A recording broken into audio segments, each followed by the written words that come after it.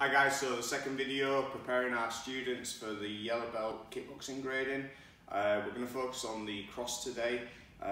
So it's a lot different from the jab because we've got multiple parts of our body which are all moving to generate the power.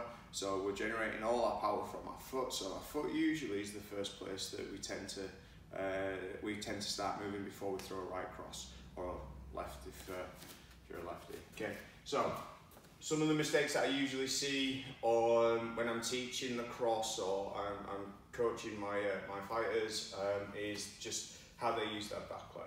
Okay, so we get various different combinations of this where you just get the arm going, so there's no hip, there's no knee, there's no hip, knee or foot moving. You get the kind of belly dancer where people are lifting the foot up or even just kind of going onto the tippy toes without really sort of driving in. They're the stuff which, you know, those punches can hurt, but you're not really generating the same amount of power you can by using all of your body to throw the cross, okay? So when I'm throwing the cross into my position, it's really important that I'm driving from my toes, so you can see that my toes are the first thing that starts moving. The next is my knee, so as I start pushing from my toes to drive my hips through, yeah, the knee turns slightly.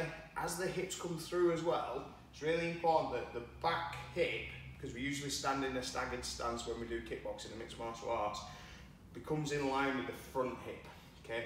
Because this means that, you know, all the power is generated from the toes, legs, all the way through to the hips, and then the last bit is just extending the hand out, using all that energy.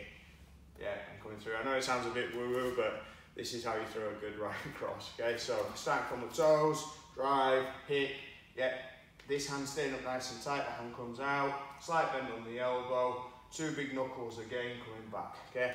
So here and through, okay?